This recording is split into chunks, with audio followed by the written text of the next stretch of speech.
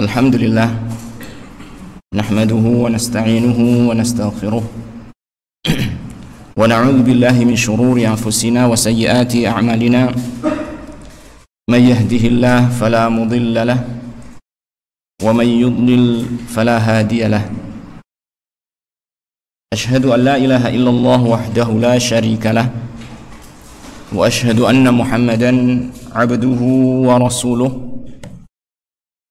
Allahumma salli wa sallim wa barik ala abdika wa rasulika Muhammad wa ala alihi wa ashabihi wa man tabi'ahum bi ihsanin ila yaumiddin, amma ba'd.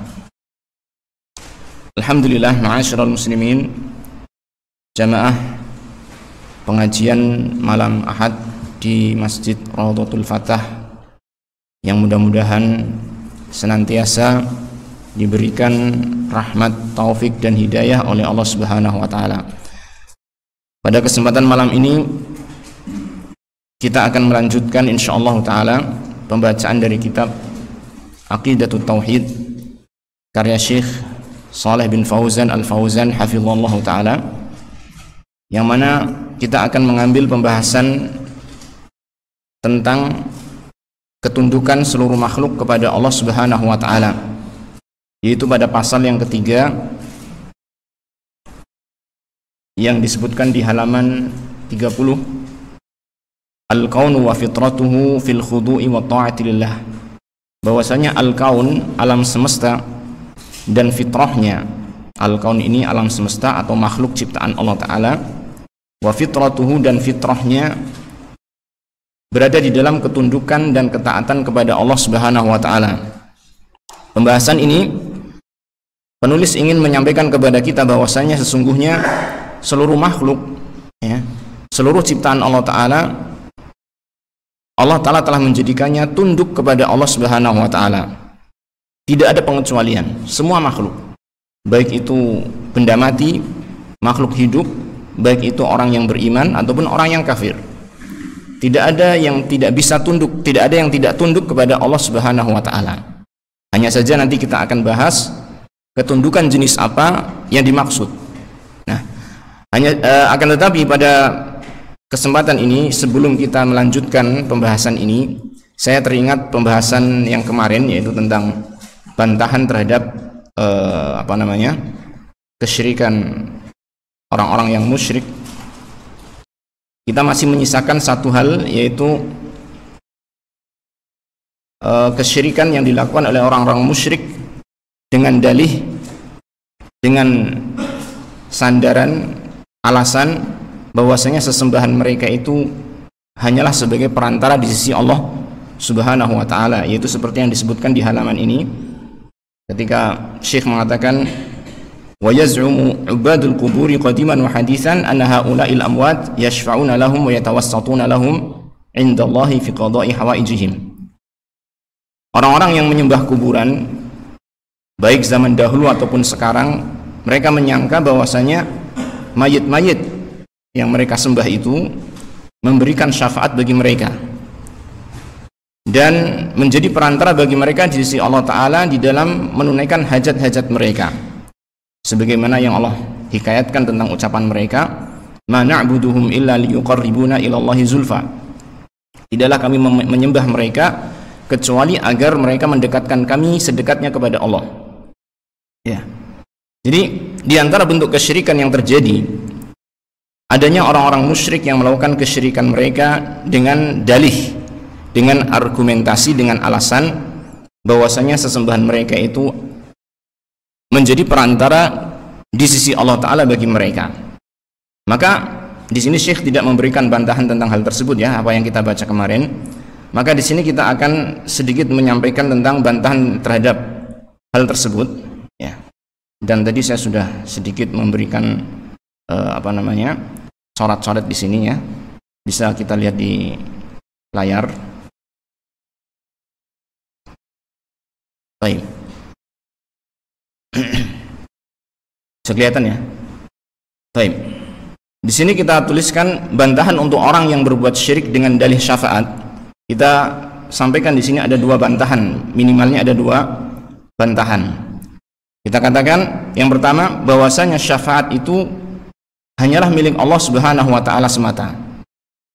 Syafaat itu hanyalah milik Allah Subhanahu wa taala semata. Ya. Dengan dalil seperti yang disebutkan dalam surat Az-Zumar ayat 44, "Qul lillahi syafa'atu jami'an." Katakanlah hanya kepunyaan Allah taala syafaat itu semuanya. Sehingga ketika syafaat itu hanyalah milik Allah taala, hal ini berkonsekuensi minimalnya dua perkara ini yang kita sebutkan. Yang pertama, tidak boleh seseorang menetapkan sesuatu sebagai perantara ataupun syafaat di sisi Allah taala kecuali ada keterangan dari Allah Subhanahu wa taala. Nah, kita lihat mereka orang-orang musyrik yang menjadikan sesembahan mereka sebagai syafaat di sisi Allah taala, menjadikan perantara antara mereka dengan Allah taala. Apakah ada keterangannya? Apakah ada dalilnya bahwasanya sesembahan mereka itu sebagai syafaat di sisi Allah Subhanahu wa taala? Maka ternyata kebanyakannya apa? Kosong dari dalil. Kosong dari dalil. Kalaupun ada di antara apa yang mereka sembah itu memang ya ada dalil-dalil yang menunjukkan apa namanya mereka bisa menjadi perantara di sisi Allah taala nanti kelak di akhirat, tetapi itu terbantah dengan poin yang kedua, yaitu bahwasanya syafaat ketika itu hanya milik Allah taala, maka syafaat itu hanya diminta dari siapa? Allah tabaraka wa taala. Syafaat itu hanya diminta dari Allah Subhanahu wa taala, tidak bisa diminta dari perantara tersebut. Karena perantara tersebut tidak mungkin bisa memberikan syafaat kecuali dengan izin Allah, sebagaimana nanti akan diterangkan pada poin bantahan yang kedua. Sehingga kita lihat perbuatan orang-orang musyrik tadi yang mereka menyembah selain Allah taala dengan dalih syafaat, ternyata mereka langsung meminta syafaat itu kepada siapa? Sesembahan-sesembahan mereka. Ketika mereka memiliki hajat, kebutuhan, mereka tidak meminta kepada Allah secara langsung, ya, tetapi mereka apa? Mintanya langsung kepada orang-orang ataupun makhluk-makhluk yang dianggap oleh mereka sebagai syafaat di sisi Allah taala.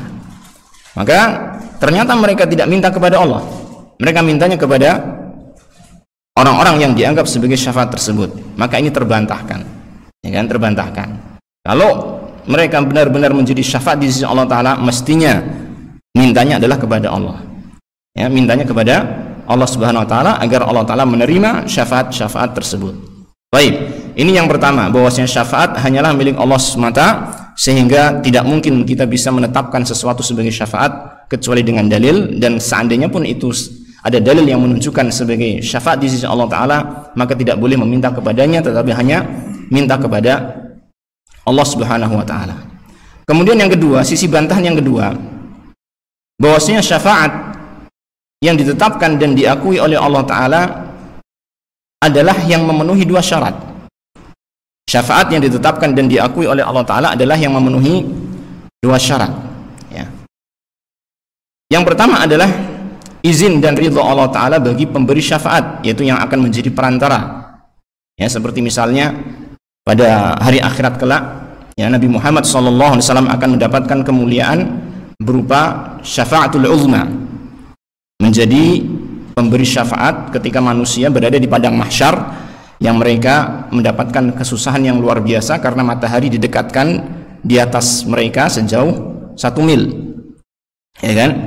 Mereka menunggu keputusan Allah taala dengan waktu yang sangat lama sekali, sehingga mereka berinisiatif, manusia itu, ya, ketika itu berinisiatif, ayo kita datangi kepada orang-orang mulia, ya, agar mereka bisa memintakan, ya, ini apa namanya, agar Allah taala menyegerakan apa? Keputusannya di hari ini. Maka mereka mendatangi orang-orang yang mulia di antara di antara manusia. Mereka mendatangi Nabi Adam, tapi beliau menolak, tidak berhak memberikan syafaat ketika itu. Nabi Nuh didatangi juga, kemudian Nabi Ibrahim, Nabi Musa, Nabi Isa, yang kita kenal dengan Rasul Ulul Azmi, didatangi semuanya, tetapi mereka menolak semua karena mereka tidak merasa berhak menjadi perantara di situ. Sehingga mereka mengarahkan kepada Nabi Muhammad SAW. Maka Nabi Muhammad SAW pun mengatakan, analaha, akulah yang berhak menjadi syafaat di sini dengan izin Allah taala. Akan tetapi di sini ketika Rasulullah SAW, ya, akan memberikan syafaat bagi manusia, beliau tidak langsung serta merta memberikan syafaat. Beliau sujud kepada Allah Ta'ala, memuji-muji Allah Tabaraka wa Ta'ala dalam sujudnya itu dengan puji-pujian yang cukup lama dan puji-pujian yang tidak pernah beliau ucapkan di dunia, ya. Jadi Allah Ta'ala ajarkan ketika itu saja. Lalu kemudian sampai Allah mengizinkan kepada Rasulullah SAW dengan mengatakan irfa' ra'sak wasal tu'tah washfa' tushaffa'. Angkatlah kepalamu, bangunlah dari sujud, ya, mintalah, kamu akan diberi permintaanmu, dan jadilah perantara, niscaya perantaraanmu akan diterima. Di sini ternyata Rasulullah SAW meskipun sudah ditetapkan sebagai pemberi syafaat, tetapi beliau tidak bisa serta-merta memberikan apa? Syafaat, tetapi apa? Menunggu izin dari Allah Subhanahu wa Ta'ala. Dan tentunya orang yang memberi syafaat ini atau yang menjadi perantara ini juga harus mendapatkan ridho dari Allah. Tidak mungkin seseorang yang menjadi syafaat tidak diridhoi oleh Allah Subhanahu wa Ta'ala. Maka dua hal ini syarat bagi orang ataupun makhluk yang akan menjadi perantara di sisi Allah Subhanahu wa Ta'ala, ya. Dalilnya adalah bisa disebutkan di sini dalam surat Thaha ayat 109, yauma idzil la tanfa'u syafa'atu illa man adzina lahu ar-rahman wa radiya lahu qaula. Pada hari itu, yaitu pada hari kiamat, tidaklah berguna syafaat kecuali man adzina lahu ar-rahman wa radiya lahu qaula, kecuali syafaat orang yang telah diberi izin oleh Allah yang Maha Pemurah dan telah dia ridhoi perkataannya. Ya, ini berkaitan dengan siapa? Makhluk yang menjadi perantara di sisi Allah Ta'ala. Maka tidak ada yang berguna syafaatnya kecuali yang memiliki dua syarat ini, izin dari Allah Ta'ala dan ridho Allah Ta'ala kepadanya. Dan tentunya ridho Allah Ta'ala kepada pemberi syafaat ini terkait dengan kondisi orang tersebut, apakah bertauhid atau tidak, apakah mulia di sisi Allah Ta'ala ataukah tidak. Nah, ini syarat yang pertama berkaitan dengan pemberi syafaat. Dan ada syarat yang kedua berkaitan dengan orang yang berhak mendapatkan syafaat, yaitu ridho Allah Ta'ala bagi orang yang akan diberi syafaat. Ridho Allah Ta'ala bagi orang yang akan diberi syafaat. Dan ridho Allah Ta'ala hanya ada bagi orang yang bertauhid, ya. Sebagaimana Allah Ta'ala mengatakan wala yardha li'ibadihil kufra, ya. Allah Ta'ala tidak meridhoi kekufuran bagi hamba-hambanya. Artinya orang yang tidak bertauhid, orang yang memiliki kekafiran, ya, dia tidaklah mendapatkan ridho Allah Ta'ala, sehingga dia tidak berhak mendapatkan apa? Syafaat, ya. Dalil tentang hal ini, yakni bahwasanya orang yang diberi syafaat itu hanyalah orang yang bertauhid. Disebutkan dalam firman Allah Ta'ala dalam surat Al-Anbiya, ya'lamu ma baina aydihim wa ma khalfahum wa la yashfa'una illa liman irtadha wa la yashfa'una illa liman irtadha. Ini berkaitan dengan para malaikat yang nanti di hari kiamat juga akan diberikan izin oleh Allah Ta'ala menjadi perantara, ya, menjadi syafaat. Allah mengatakan ya'lamu ma baina aydihim wa ma khalfahum. Allah mengetahui segala sesuatu yang di hadapan mereka, itu para malaikat, dan yang di belakang mereka. Dan mereka, yaitu para malaikat ini tadi, tidak memberi syafaat melainkan kepada orang yang diridhoi oleh Allah Subhanahu wa Ta'ala, ya. Dengan ini jelas, maka tatkala syafaat yang ditetapkan oleh Allah Ta'ala dan diakui itu harus mengandung dua syarat ini, orang-orang musyrik tadi yang mengklaim sesembahannya itu sebagai perantara di sisi Allah Ta'ala terbantahkan sudah. Kenapa? Karena mereka ternyata, ya, dengan klaimnya tersebut, dengan anggapannya tersebut, mereka ternyata apa? Berbuat syirik kepada Allah Subhanahu wa Ta'ala dengan meminta hajat mereka bukan kepada Allah tetapi kepada makhluk, dan ini merupakan kesyirikan yang hal itu akan menghalangi mereka dari syafaat. Maka terbantahlah sudah, ya, ini apa namanya, dalih ataupun anggapan ataupun alasan mereka untuk menyembah selain Allah Ta'ala dengan dalih syafaat tersebut. Nah, ini sebagai tambahan atas apa yang kita sampaikan kemarin tentang bantahan terhadap orang-orang yang berbuat syirik kepada Allah Subhanahu wa Ta'ala. Adapun sekarang kita akan melanjutkan, yaitu pembahasan tentang bahwasanya alam semesta, makhluk-makhluk Allah Ta'ala semuanya ternyata tunduk kepada Allah Subhanahu wa Ta'ala, ya. Pembahasan kita apa? Alam semesta, makhluk Allah Ta'ala seluruhnya ternyata mereka tunduk kepada Allah Subhanahu wa Ta'ala.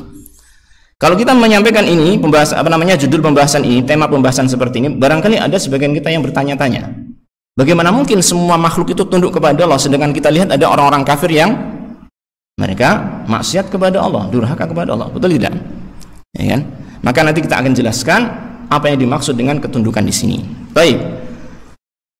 Di sini dikatakan oleh penulis, inna jami'al kauni bisama'ihi wa ardihi wa aflakihi wa kawakibihi wa dawabihi wa syajarihi wa madarihi wa barrihi wa bahrihi wa malaikatihi wa jinnihi wa insihi kulluhu khadi'un lillah muti'un li amrihil kauni.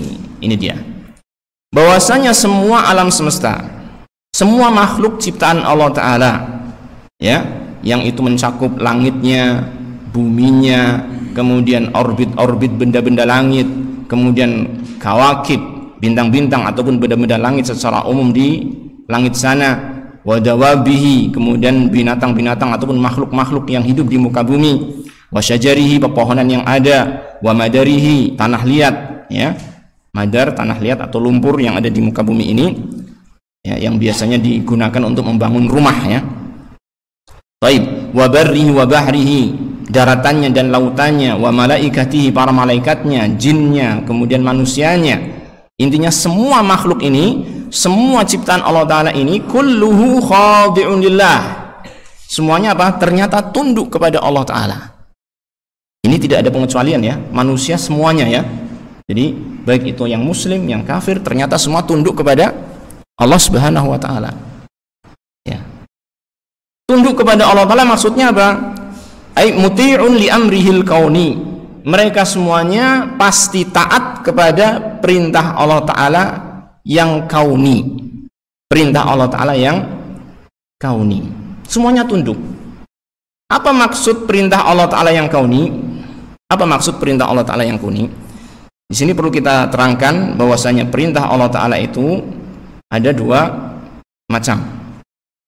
Amrullah nau'an. Tapi bisa kita lihat lagi di sini, ya.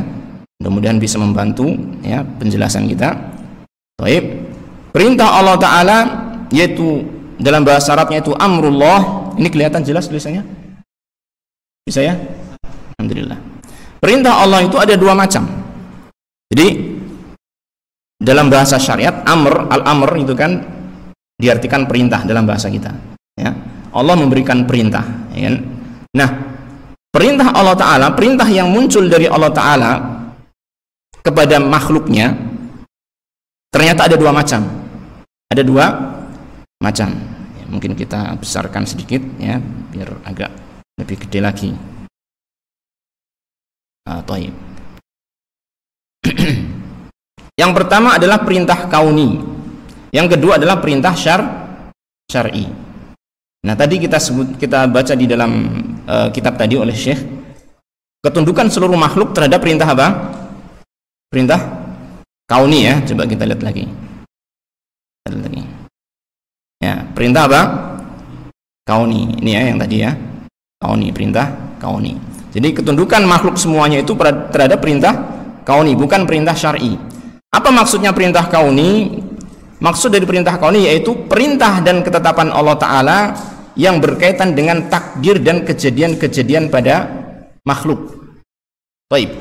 Sekarang ketika Allah Ta'ala menghendaki sesuatu terjadi, ya, misalnya kita yang besar dulu, ya. Misalkan Allah menghendaki sebuah gunung meletus, ya, apakah gunung itu meletus dengan sendirinya ataukah karena perintah Allah? Karena perintah Allah, ya kan? Allah memberikan perintah kepada gunung, ya, untuk memuntahkan isinya misalkan, sehingga gunung pun meletus, kan gitu. Ketika gempa bumi terjadi, apakah itu hanya semata-mata pergeseran tektonik, ya, kejadian alami begitu saja tanpa ada unsur perintah dari Allah Ta'ala? Tidak mungkin, ya kan? Semuanya itu apa? Atas dasar perintah dari Allah Ta'ala. Nah, perintah yang seperti ini, perintah dari Allah Ta'ala yang berkaitan dengan kejadian-kejadian alam semesta, ini disebut dengan apa? Perintah kauni. Contoh yang lain, dalam tubuh kita manusia, ya kan? Allah Ta'ala memerintahkan kepada anggota tubuh kita itu, ya, diantaranya kepada jantung untuk berdetak setiap saat. Ini perintah, dia berdetak karena perintah siapa? Perintah Allah, ya enggak? Karena perintah Allah, ya, bukan atas keinginan kita kan? Karena perintah Allah. Seseorang lahir ke muka bumi ini, ya kan, menjadi seorang laki-laki, menjadi seorang yang berkebangsaan Indonesia, ya, bersuku Jawa. Ini ketetapan Allah Ta'ala, bukan? Ini yang disebut dengan perintah kauni. Nah, perintah kauni yang seperti ini mungkin nggak makhluk itu menghindar darinya. Artinya, udah, saya nggak mau mengikuti perintah kauni ini, ya. Allah menetapkan agar manusia itu, ya, ini jantungnya berdetak, dia pengen hidup tapi jantungnya tidak berdetak. Bisa nggak? Nggak bisa, ya kan? Semuanya itu pasti mengikuti apa? Perintah kauni. Inilah yang dimaksud oleh penulis tadi. Sehingga dalam perintah kauni ini seluruh makhluk tunduk pada perintah ini. Baik itu yang langitnya, baik itu buminya, baik itu daratannya, lautannya, malaikatnya, jin dan manusia, semuanya tunduk pada perintah kauni ini. Bisa difahami, ya? Dan inilah yang dimaksud oleh penulis di sini. Ini yang dimaksud oleh penulis di sini, yaitu ketundukan seluruh makhluk terhadap Allah Ta'ala secara mutlak, semuanya tunduk kepada Allah, yaitu tunduk pada perintah kauninya Allah Subhanahu wa Ta'ala. Bisa difahami, ya? Ya, baik. Yang kedua adalah perintah syar'i. Perintah syar'i itu apa? Yaitu perintah Allah Ta'ala yang berkaitan dengan syariat. Allah memerintahkan hambanya untuk beribadah kepadanya. Allah memerintahkan hambanya untuk menegakkan salat, menunaikan zakat, ya. Kemudian siam. Allah melarang berbuat syirik, Allah melarang zina, Allah melarang riba. Ini adalah al-amru syar'i, perintah secara syariat, ya. Nah, perintah ini tidak semua makhluk tunduk. Tidak semua makhluk tunduk. Bahkan perintah syar'i ini tidak ditujukan kepada semua makhluk.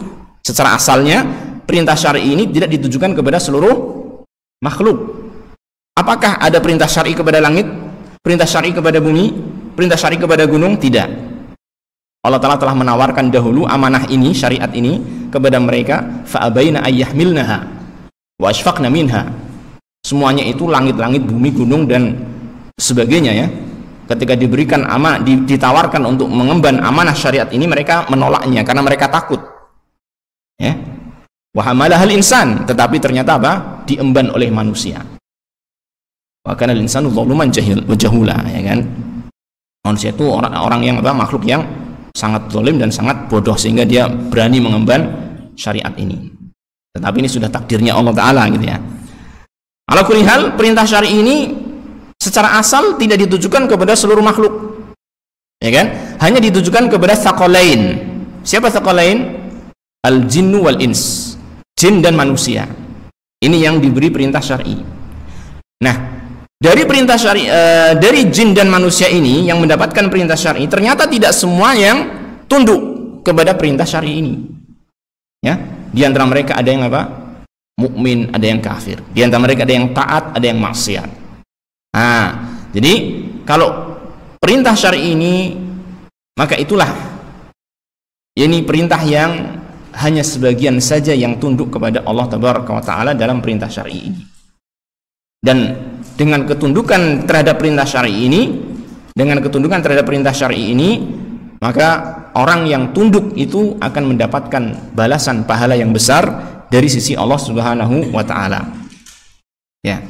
Berbeda dengan ketundukan terhadap perintah kauni, maka tidak ada balasan pahala dari Allah Subhanahu wa Ta'ala.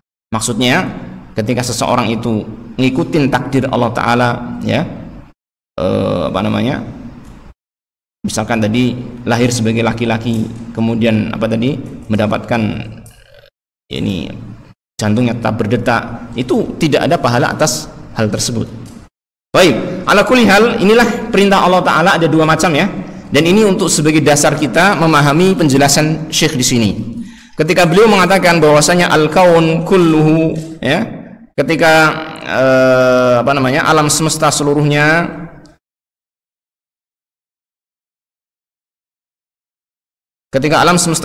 itu tunduk kepada Allah Subhanahu wa Ta'ala, maka yang dimaksud adalah ketundukan terhadap perintah Allah Ta'ala al-kauni. Tidak ada satupun makhluk kecuali mereka itu tunduk kepada ketetapan dan takdirnya Allah Subhanahu wa taala. Tentang dalilnya, maka di sini disampaikan oleh beliau beberapa dalil dari ayat, cukup banyak ya. Beliau menyampaikan Allah taala berfirman di antaranya, "Walahu aslama man fis samawati wal ardi taw'an wa karha." Dalam surat Ali Imran ayat 83. Hanya kepada Allah ya, aslama man fis samawati wal ardi, tunduk segala sesuatu makhluk yang ada di langit dan di bumi. Jadi semua makhluk yang ada di langit dan di bumi semuanya tunduk kepada Allah Subhanahu wa taala. Tau'an wa karha. Sebagian mereka ada yang tunduknya itu secara sukarela karena keinginannya memang untuk tunduk kepada Allah taala. Ini berkaitan dengan ketundukan terhadap perintah syar'i, ya kan? Dan seluruh manusia tunduk kepada Allah taala secara karha. Tidak bisa menghindar dari ketundukan ini. Ini berkaitan dengan apa? Ketundukan terhadap perintah Allah taala secara kauni. Jadi semua makhluk itu tunduk kepada Allah. Sebagiannya tunduk tau'an wa karha, ya, secara sukarela dan secara karha, otomatis gitu ya. Maka ini adalah orang-orang yang beriman. Dan sebagian mereka ada yang tunduknya hanya karha saja tanpa tau'an. Maka ini adalah orang-orang yang kafir. Yang mana sesungguhnya ma'asyiral muslimin rahimani wa rahimakumullah, ketundukan manusia yang kafir tadi ya terhadap kauniyahnya Allah taala, terhadap amrul kauninya Allah taala ya, ini sebenarnya sebagai dalil ataupun hujjah ya yang menuntut mereka untuk tunduk kepada Allah taala dalam perintah syar'inya. Sebagaimana kalian wahai orang-orang kafir tidak bisa mengelak, tidak bisa menghindar dari perintah kauninya Allah taala, maka hendaknya kamu juga tunduk kepada Allah taala dalam syariatnya. Kan gitu. Ini maksudnya demikian. Nah, sehingga dijelaskan oleh penulis pembahasan ini. Baik. Dalil yang lainnya, Allah taala berfirman, wa qala ta'ala bal lahu ma fis samawati wal ardi kullun lahu qanitun. Bahkan hanya milik Allah taala segala sesuatu yang di langit dan di bumi. Kullun lahu qanitun. Semuanya itu tunduk kepada Allah Subhanahu wa taala. Semuanya tunduk kepada Allah taala. Ya, para ulama menjelaskan tentang masalah kunut. Kunut ini maknanya ketundukan ya di sini ya. Kunut pakai tak, ketundukan. Berkaitan dengan ini maka ketundukan manusia ya, kunutul khalqi lillahi ta'ala naw'an. Jadi ketundukan manusia kepada Allah taala ada dua macam, berlandaskan penjelasan tadi bahwasanya amrullah taala ada dua macam. Kunutul khalqi lillahi baik li amrihil kauni wa kunutul khalqi lillahi li amrihi syar'i. Jadi ketundukan makhluk kepada Allah taala yaitu kepada perintah kauninya, yang ini semuanya tunduk kepada Allah, dan yang kedua adalah ketundukan makhluk terhadap syariatnya Allah taala, ini hanya orang-orang yang beriman. Kullun lahu qanitun, semuanya tunduk kepada Allah taala, yaitu tunduk kepada apa? Kalau dikatakan semuanya maka tunduk kepada apa? Ketetapan dan perintah kauninya Allah Subhanahu wa taala. Demikian pula di antara dalil yang lain disebutkan dalam surat An-Nahl ayat 49, walillahi yasjudu ma fis samawati wa ma fil ardi min dabbah wal malaikatu wa hum la yastakbirun. Hanya kepada Allah taala sujudlah apa saja yang di langit dan di bumi ya, baik itu berupa dabbah, makhluk yang melata di muka bumi ini ya, termasuk manusianya, termasuk binatangnya, semuanya tunduk sujud kepada Allah Subhanahu wa taala. Nanti akan diterangkan di bawah ya tentang makna sujud di sini dari penjelasan Syekhul Islam Ibnu Taimiyah rahimahullah nanti insyaallah. Yang maknanya sama dengan tadi, ketundukan ya, tunduk kepada ini perintah syar'inya Allah, perintah kauninya Allah taala dan juga perintah syar'inya Allah taala atas pembagian yang tadi. Demikian pula para malaikat, mereka juga tunduk kepada Allah taala, wa hum la yastakbirun, dan mereka tidaklah sombong, tidaklah apa? Menolak, tidaklah enggan dari ketundukan ini. Semuanya tunduk kepada Allah Subhanahu wa taala. Juga Allah taala berfirman dalam surat Al-Hajj ayat yang ke-18. Alam tara anna Allah yasjudu lahu man fis samawati wa man fil ardi wasyamsu wal qamaru wan nujumu wal jibalu wasyajaru wad dawabu wa katsirun minan nas. Tidakkah kamu melihat bahwasanya Allah itu ya, semua yang di langit, semua yang di bumi, kemudian matahari, bulan, bintang-bintang, gunung, kemudian apa? Pepohonan, dawab, binatang yang melata di muka bumi ini, dan banyak manusia, semuanya itu apa? Yasjudu lahu. Semuanya sujud kepada Allah Subhanahu wa taala. Matahari sujud kepada Allah, bulan sujud kepada Allah, bumi sujud kepada Allah, gunung sujud kepada Allah. Maknanya adalah tunduk kepada Allah Subhanahu wa taala. Kalau Allah Taala menghendaki matahari, ya, yang biasanya itu terbit dari arah timur, tenggelam dari arah barat, ketika Allah Taala menghendaki, ya, dan memerintahkan kepada matahari itu terbit dari arah barat, terjadi tidak? Terjadi tidak? Terjadi. Kapan itu? Hari kiamat nanti, menjelang hari kiamat, ya. Semuanya tunduk kepada Allah Subhanahu wa taala. Ketika Allah Taala menghendaki bulan yang itu satu, ya, kita lihat bulan itu kan satu, ya, setiap malam itu bulan satu atau dua? Satu kan. Ketika Allah Taala menghendaki bulan itu terbelah menjadi dua, terjadi tidak? Terjadi tidak? Tunduk enggak bulan tersebut? Iya, tunduk, ya. Bulan pun terbelah menjadi dua.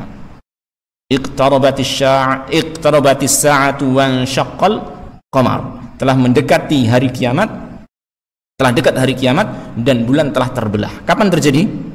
Di zaman Nabi SAW. Dan itu benar-benar terbelah. Bulan itu benar-benar apa? Terbelah. Ini termasuk salah satu tanda kenabian Rasul alaihi salatu wassalam, ya. Jadi semuanya tunduk kepada Allah, sujud kepada Allah Subhanahu wa taala. Nah, wa katsirun minan nas, dan banyak manusia, ya, termasuk orang kafir pun tunduk kepada Allah Taala secara apa? Kauni. Walaupun secara syar'i mereka tidak tunduk kepada Allah Subhanahu wa taala. Walillahi yasjudu man fis samawati wal ardi taw'an wa karha wa dhilaluhum bil ghuduwi wal asal. Dan hanya kepada Allah Ta'ala sujudlah segala sesuatu yang di langit dan di bumi secara sukarela dan secara terpaksa. Demikian pula dhilaluhum, bayang-bayang mereka, bil ghuduwi wal asal, di waktu pagi dan sore. Di waktu pagi dan sore. Bayang-bayang kita, ya, kita perhatikan, ya, kalau kita memperhatikan, Masya Allah, ya, bayang-bayang yang senantiasa menyertai kita tatkala ada cahaya, ya enggak? Kita kan senantiasa memiliki bayang-bayang kalau ada cahaya. Ternyata itu juga tunduk kepada Allah, ya. Allah memerintahkan kepada bayang-bayang untuk senantiasa mengiringi kita ketika ada cahaya, nggak pernah lepas, gitu kan? Dan juga bayang-bayang itu pasti menyelisihi apa?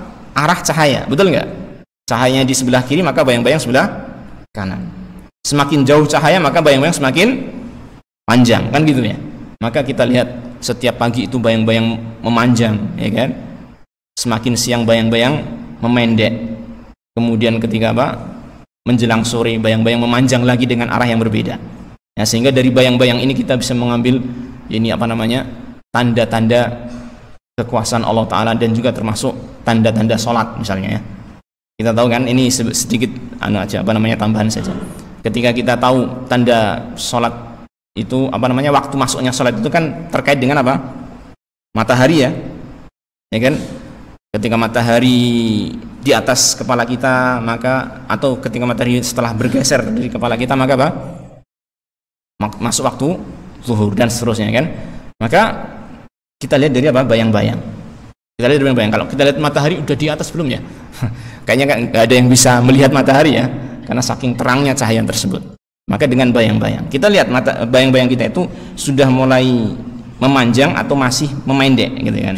Jadi kita lihat, ukur bayang-bayang kita selama misalkan 1 menit atau 2 menit atau 5 menit, bayang-bayangnya kok memendek, berarti itu belum masuk waktu zuhur. Kalau sudah memanjang, berarti itu sudah masuk waktu zuhur, ya kan? Dan begitu seterusnya. Ya, ini semua ma'asyiral muslimin rahimani wa rahimakumullah menunjukkan, ya, dalil-dalil ini menunjukkan bahwasanya semua makhluk Allah Ta'ala mereka tunduk kepada Allah Subhanahu wa Ta'ala. Maka Syekh mengatakan, fa kullu hadhil kainati wal awalim munqadatun lillah khadi'atun li sultanihi. Maka semua makhluk-makhluk ini, semua alam semesta ini, ya, semua ciptaan Allah Ta'ala ini, semuanya itu munqadatun lillah, patuh kepada Allah Ta'ala, khadi'atun li sultanihi, tunduk kepada kekuasaan Allah Ta'ala, ya. Tidak ada yang tidak tunduk dalam hal ini. tajri wafqa iradatihi wa taw'a amrihi. Semuanya itu berjalan sesuai dengan kehendak kauniyahnya Allah Ta'ala. Ini iradah, nanti juga ada pembahasan iradah kauniyah syariah, tetapi kita lewati saja ya. Intinya seperti tadi pokoknya. Jadi semuanya berjalan sesuai dengan apa? Kehendak kauniyahnya Allah Ta'ala, wa taw'a amrihi, dan ini mengikuti perintah Allah Ta'ala secara kauni. La yasta'si alaihi minha syai'un, tidak ada sesuatu pun dari makhluk tersebut yang ini durhaka kepada Allah Ta'ala, yang menentang Allah Ta'ala dalam perintah kauninya tersebut. Taqum biwadha'ifiha, semua makhluk tersebut melaksanakan tugasnya masing-masing ya. Si jantung bertugas untuk memompa apa?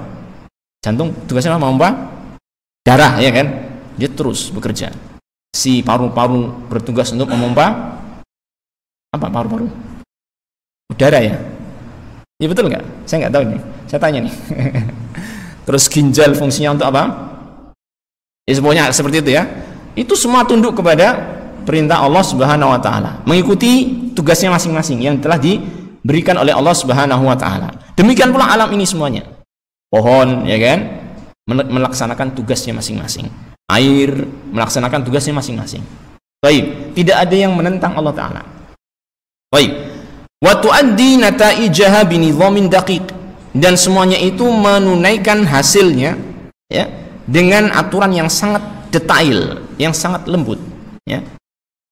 Dan ini hanya aturan Allah Ta'ala yang seperti ini, Masya Allah, memberikan aturan yang sangat detail sekali ya kan, sangat rinci sekali, dan semuanya ditaati oleh makhluk-makhluknya. Baik. Wa tunazzihu khaliqaha 'anil naqsi wal 'ajzi wal 'aibi.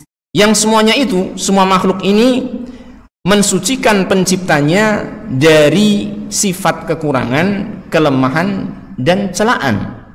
Jadi adanya makhluk-makhluk itu semua yang tunduk kepada Allah Ta'ala, tidak ada satupun yang bisa keluar dari perintah kauninya Allah Ta'ala, menunjukkan bahwasanya Allah Ta'ala yang mencipta mereka ini adalah zat yang maha sempurna, zat yang bisa menguasai seluruh makhluknya ya, yang mengetahui detail dari seluruh makhluknya ya. Jadi sempurna sekali, tidak ada kekurangan sedikit pun pada diri Allah Subhanahu wa taala. Jadi Masya Allah ya, kalau kita bisa memperhatikan makhluk-makhluk ini dengan ketundukannya mereka itu semuanya kepada Allah secara kauni, kita bisa melihat tentang kesempurnaan sifat Allah Ta'ala, betapa agungnya Allah Subhanahu wa taala kan gitu. Qala ta'ala, Allah Ta'ala berfirman dalam surat Al-Isra, tusabbihu lahus samawati sab'u wal ardu wa man fihinna wa in min syai'in illa yusabbihu bihamdihi walakin la tafqahuna tasbihahum. Bertasbih kepada Allah Ta'ala. Bertasbih itu artinya apa? Mensucikan Allah Tabaraka wa Ta'ala dari semua jenis kekurangan, semua jenis celaan, semua jenis kelemahan ya. Bertasbih mensucikan Allah Ta'ala langit-langit yang 7, bumi dan apa saja, siapa saja yang di dalamnya. Semua makhluk itu bertasbih kepada Allah. Berarti orang kafir itu bertasbih kepada Allah enggak?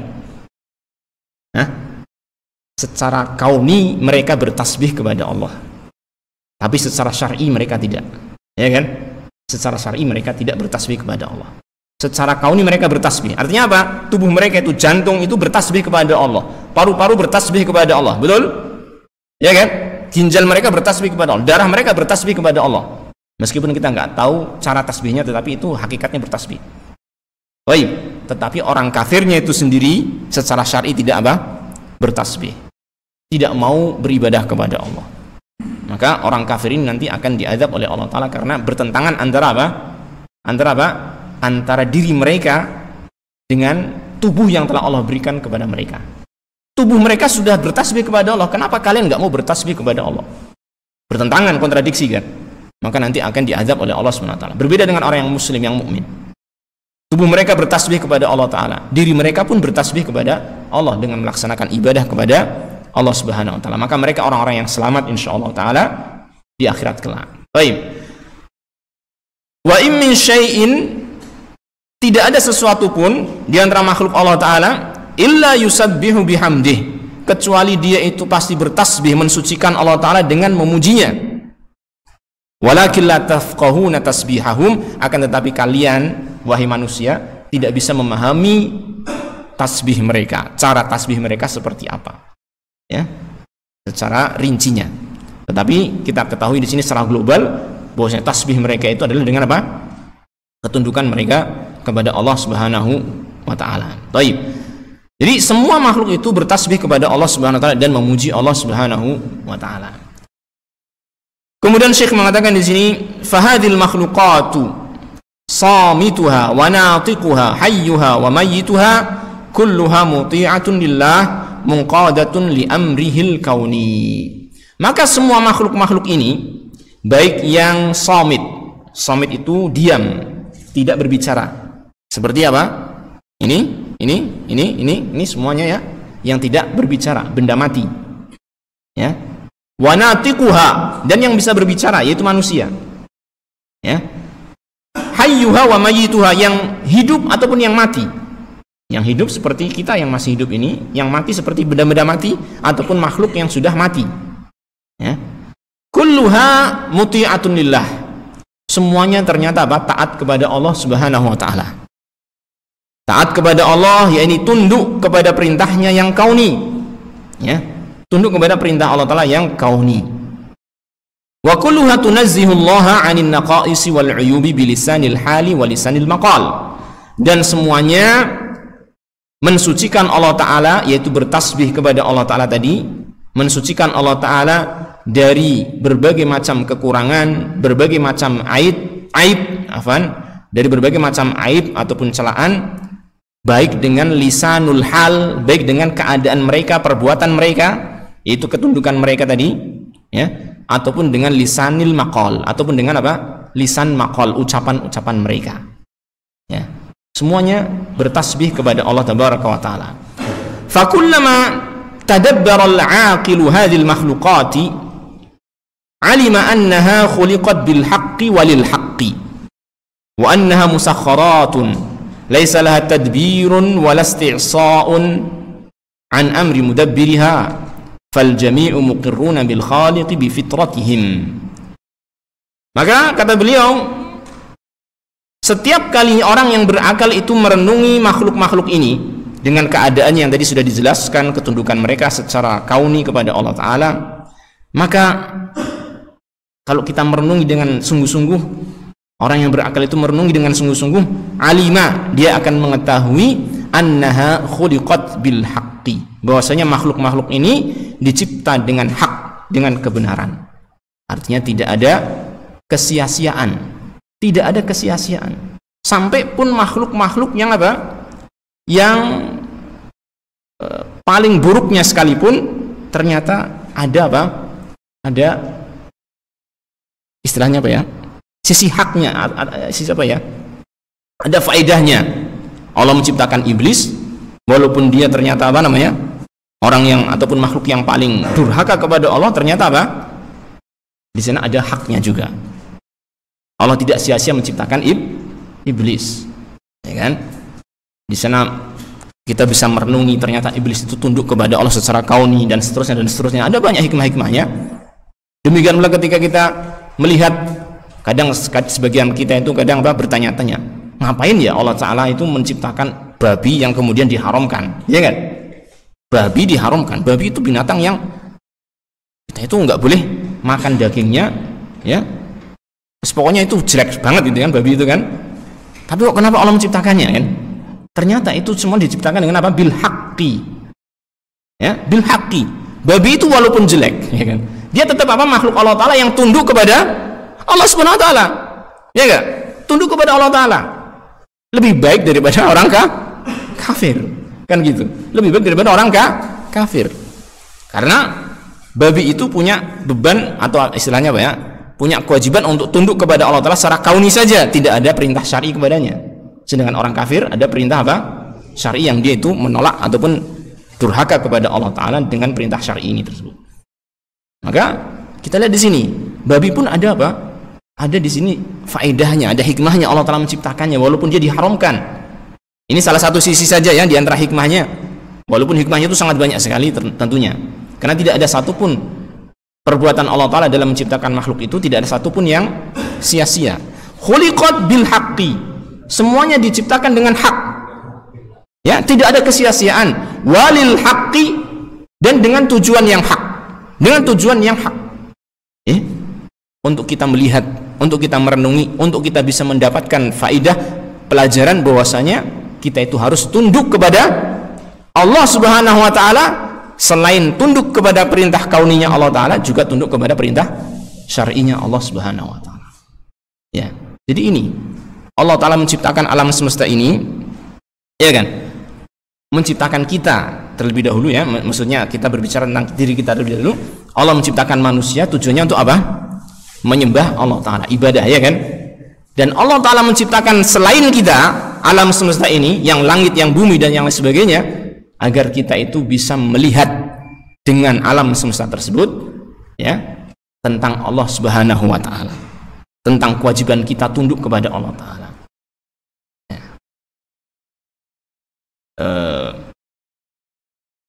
Allahul ladzi khalaqa sab'a samawat wa minal ardi mithlahunna yatanazzalu al-amru bainahunna lita'lamu anna Allaha 'ala kulli syai'in qadir wa anna Allaha qad ahata bi kulli syai'in ilma. Dalam surat At-Talaq di akhir surat, Allah Ta'ala menciptakan langit yang 7 dan bumi semisal itu juga.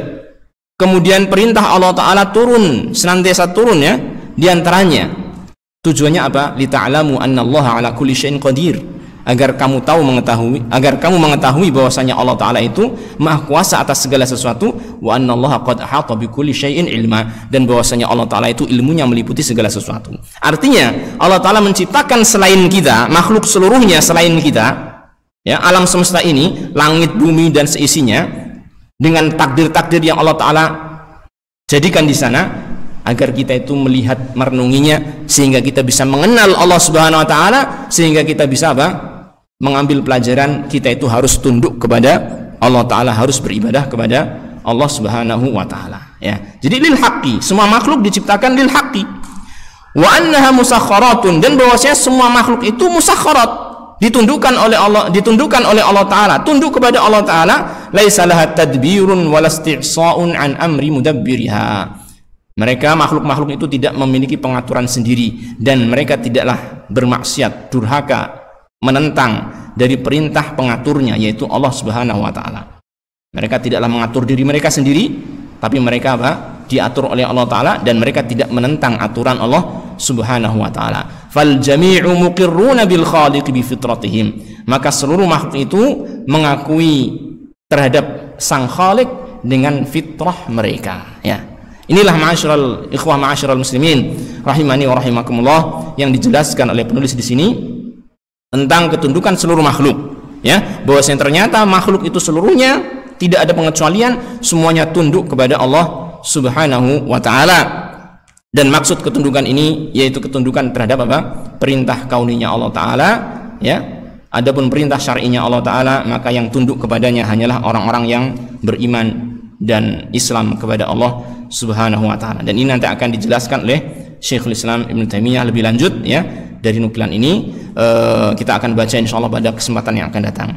Untuk sementara kita cukupkan sampai di sini. Mudah-mudahan apa yang kita kaji ini bermanfaat, dan mudah-mudahan Allah Ta'ala memberikan tambahan ilmu yang bermanfaat, amal yang saleh, dan juga keistiqomahan di dalam agama kita. Kita akhiri, wassallallahu wasallam ala nabiyyina Muhammadin wa ala alihi wa sahbihi ajma'in, walhamdulillahi rabbil alamin.